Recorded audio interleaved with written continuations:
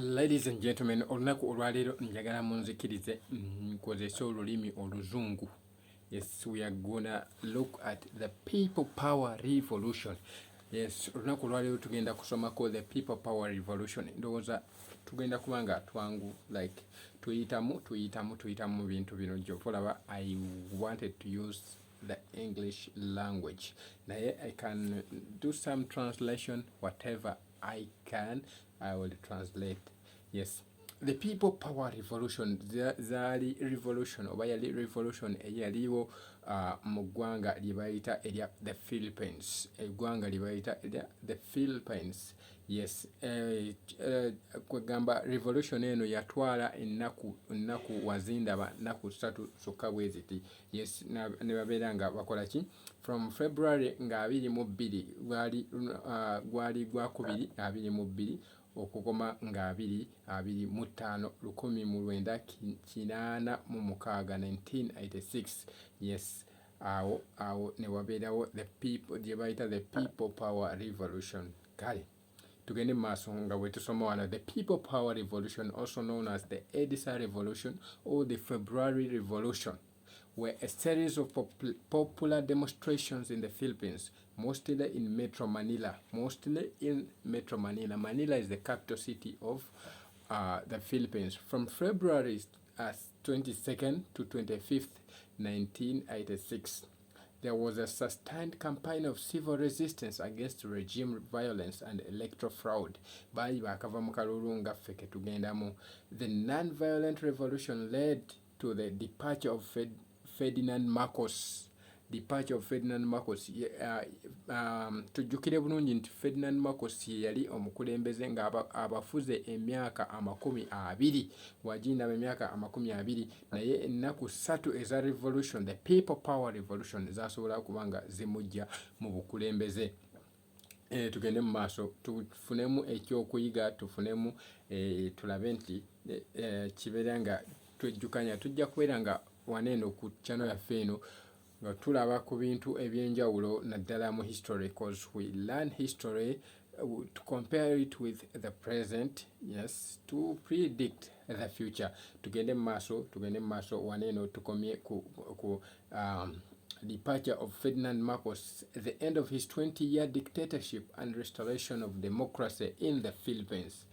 It is also referred to as the Yellow Revolution due to the presence of a yellow ribbon, or the presence of yellow ribbons during demonstrations, in reference to the Tony Orlando and Dong song, tie a yellow ribbon around the ole or oak tree, as a symbol of protest following the assassination of Filipino Senator Benigno Ninoy Aquino Jr. In August 1983, upon his return to the Philippines from exile, it was widely seen as a victory. It was widely seen as a victory of the people against 2 decades of presidential rule by President Marcos, and made news headlines as a revolution that surprised the world. The majority of demonstrations took place in the long stretch of Epifanio de los Santos Avenue, more commonly known by its acronym EDSA, in Metro Manila from February 22nd to 25th, 1986. They involved over 2 million Filipino civilians. They involved millions bidi ezaba Filipino ababeera mu revolution eyo. They involved over 2 million Filipino civilians, as well as several political and military groups and religious groups led by Cardinal Jaime Sin, the Archbishop of Manila, and along with Catholic bishops. Conference of the Philippines, President Cardinal Ricardo Vidal, the Archbishop of Cebu. It is also remembered as Rosary Miracle in the peaceful victory. The protests, fueled by resistance and opposition after years of governance by President Marcos and his cronies, ended with the ruler, his family, and some of their supporters fleeing to exile in Hawaii, and Ninoy Aquino's widow Corazon Aquino inaugurated as the 11th president of the Philippines. Kitegedde ennaku 3 baali bakoze eki yali avuddeko ng'agenze mu US Hawaii. In 2003, the radio broadcast of the Philippines People Power Revolution was inscribed in the UNESCO Memory of World and National Register. You get a point? Katika tulabe background ne history lwaki eno revolution yakola ki yabeerawo. Senate President Ferdinand Marcos was elected president in 1965. 1965. Twali twakafuna obwetwaze ffe Uganda 1962. Just 3 years. Defeating incumbent President Diosdado Macapagal by a margin of 52 to 43%. During this time, Marcos was very active in the initiation of public works projects and the intensification of tax collections. Marcos and his government claimed that they built more roads than all his predecessors combined and more schools than any previous administration. Amidst charges from the opposition party of vote buying and fraudulent elections, President Marcos was re-elected in the 1969 Philippine presidential elections, this time defeating Sergio Osmeña Jr. by 61.39%. President Marcos' second term for the presidency was marred by allegations by the opposition Liberal Party of widespread graft and corruption. The increasing disparity of wealth between the very wealthy and the very poor that made up the majority of the Philippines population led to the rise in crime and civil unrest around the country. In March 1969, the New People's Army, NPA, was formed as the military wing for the Communist Party of the Philippines, initiating the still ongoing CPP, NPA, and NDF rebellions. Marcos quickly denounced the movement, hoping to gain monetary and political support from anti-communist administrators in the United States. In 1972, the Moro National Liberation Front, a militant Muslim separatist group formed in the southern island of Mindanao.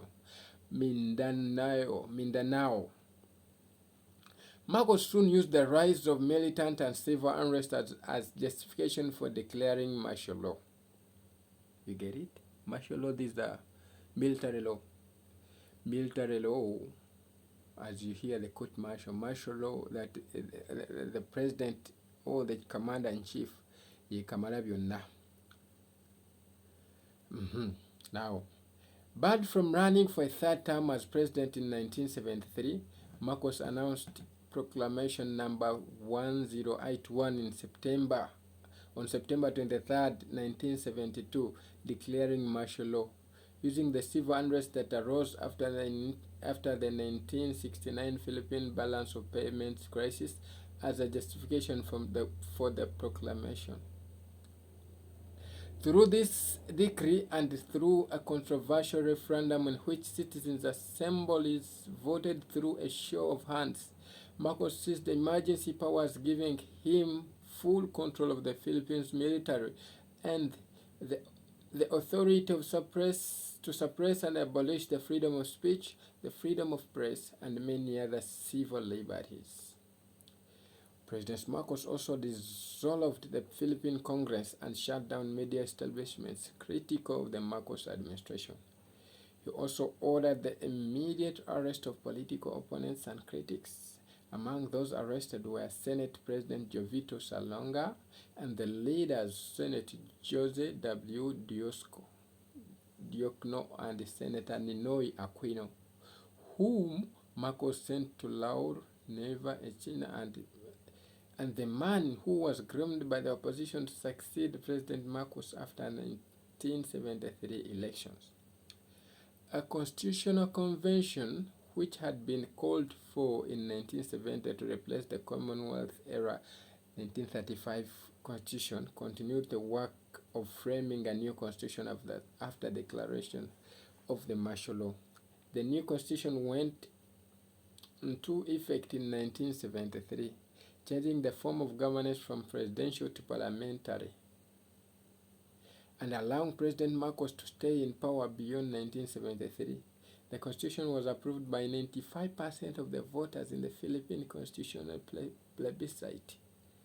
The constitution was part of the landmark Juvillana Executive Secretary case number whatever, that led to the resignation of Chief Justice Roberto Concepcion.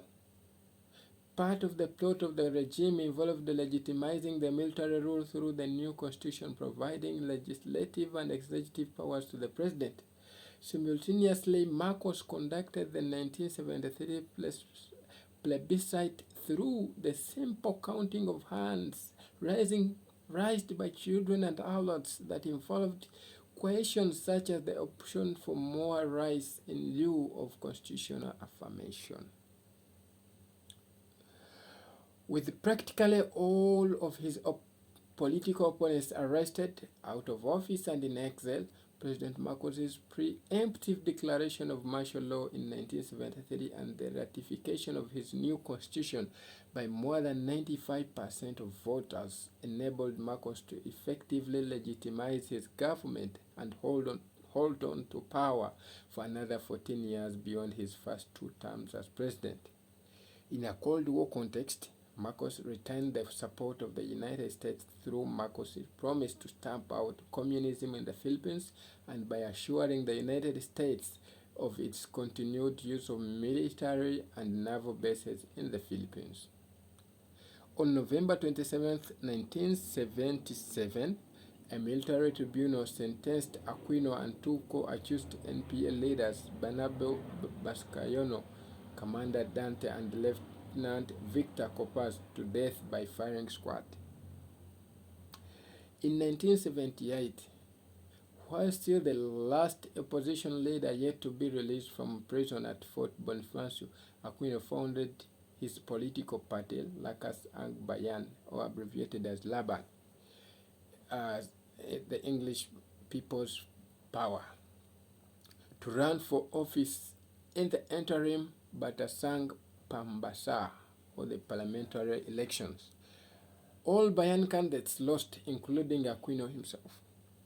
He appeared in a television interview with Ronnie Nathaniels to freely criticize the regime during the campaign.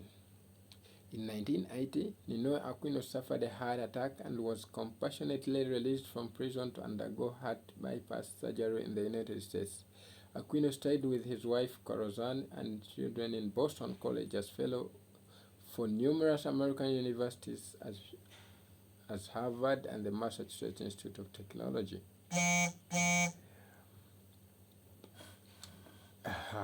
Now let us look at the 1980s economic collapse. Because the Marcos administration's spending had relied too heavily on debt because the Marcos family's first term in the 1960s, the Philippines were left vulnerable when U.S. economy went into recession in the third quarter of 1981, forcing the Reagan administration to increase interest rates. The Philippine government plunged further into debts and the economy began going into decline in 1981, continuing to do so by the time of the Benigno Aquino Jr. assassination in 1993. By the end of that year, the economy contracted by 6.8%. The economy and political instability combined to produce the worst recession in Philippines history in 1994 and 1985, with the economy contracting by 7.3% for 2 successive years. Aquino assassination. Despite threats from the First Lady Imelda Marcos, Ninoy Aquino was determined to return home, saying that the Filipino is worth dying for. After failing to apply for a passport in Washington and New York, Ninoy got 2 passports with the help of Rashid Lukman, one bearing his real name and the other with the alias Masha Bonifacio. On August 21, 1983, after 3 years, Aquino was murdered by the military as he disembarked from a China Airlines plane at Manila International Airport, later renamed in Aquino's honor. His assassination shocked and outraged most Filipinos who had lost confidence in the Marcoses. The event led to more suspicions about the government, triggering non-cooperation among the Filipinos that eventually led to the outright civil disobedience. It also shook the Marcos administration, which was by then deteriorating due in part to Marcos' blatant illness turned out to be the fatal lapsus effect.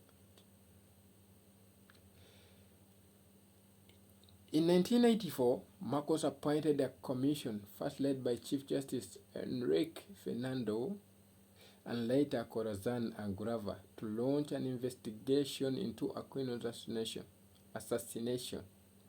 Despite the commission's conclusion, Cardinal James Sin, Archbishop of Manila, declined an offer to join the commission and rejected the government's view on the assassination. Formation of coalesced opposition. This began a period of coalitions, first led by the Nationalist Liberal Democrats under Jose W. Diosno, called Klusana Sakapajani and whatever, an umbrella organization founded in 1983, which headed the first grand liberal coalition called Jaja, or the Justice for Aquino, Justice for All. Justice for Aquino, Justice for All, Jaja. Justice for Aquino, Justice for All movement.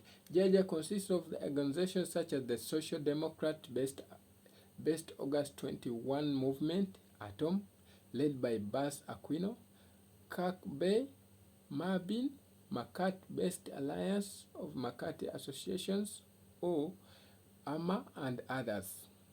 This was before the division of the center-left and National Democratic Marxist left, when the coalition tended to pursue Diokno's philosophy of pressure politics or mass action to influence the sway the Marcos dictatorship.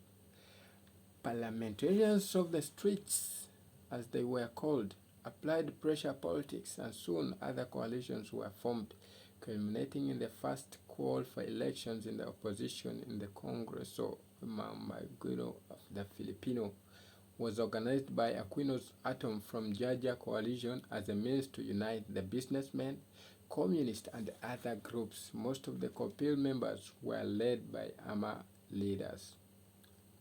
Meanwhile, Diokno, Lorenzo M. Tananda of Mabini, Bots, and Corovani Quino, all few others, were elected overall presiding leaders in a search to find the opposition candidate. The main issue was whether to accept the Camel or call the meaningful election, or Dusk and the more liberal Jaja members preferred to boycott the event, which might be another fixed election. Jaja was later replaced by a coalition of Organization for the Restoration of Democracy, CORD, in the mid of 1984, which retained most of Jaja's future and membership. A year later, CORD was replaced by Bangkok Alyasang Makabayan, or Bayan, which was to be a platform for Diokno, who should he run for president, and was led by Tanada and student leader Lynn Alejandro of the University of Philippines. However, the Socialist National Democrats took control of the coalition, so Diokno, Ambrosio Padilla, and the Liberal Democrats, as well as both Aquino, Atom, and the Social Democrats, left Bayan to the present nation of Democratic Coalition that had become in the 21st century. Eventually, the top leaders decided to convene to select a candidate in case of contingencies or any sudden announcements of change. It was then on November 3rd, 1985, after pressure from the US government, that Marcos suddenly announced a snap presidential election would take place in the following year, 1 year ahead of the regular presidential elections scheduled, to legitimize his control over the country. The snap election was legalized with the passage of Bitas Pambasa national law by the Marcos-controlled unicameral Congress called the Regular Batasani Pambasa. To select a leader, the conveners group of opposition leaders formed underlying principles. These principles, mainly proposed and aided by Diokno, discussed matters that involved anti-foreign dominance in the economy, especially American intervention and military bases. Kunyuka chai. Ndowooza mukalaba.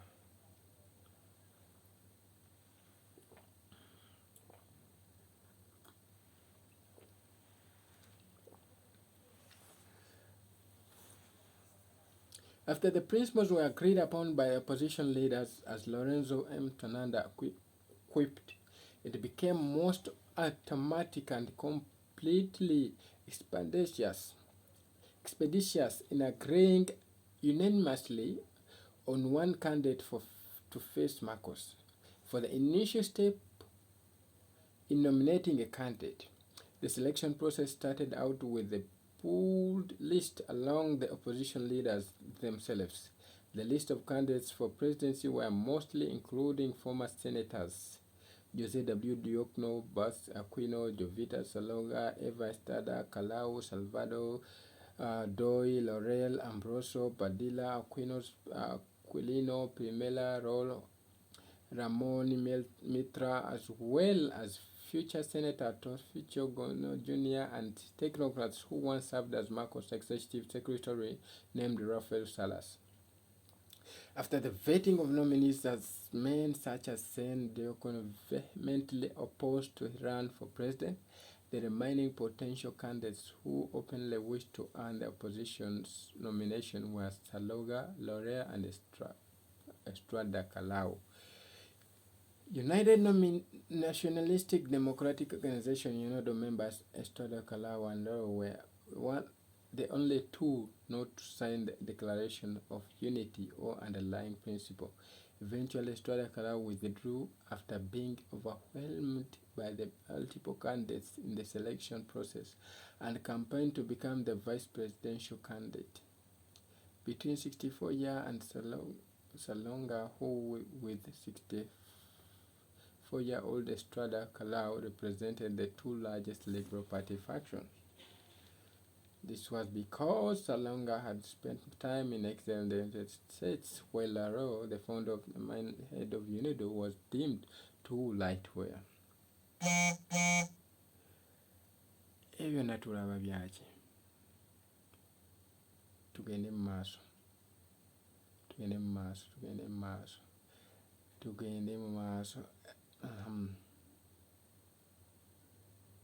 The election was held on February 7, 1986. The official election canvasser, the Commission on Election, declared that Marcos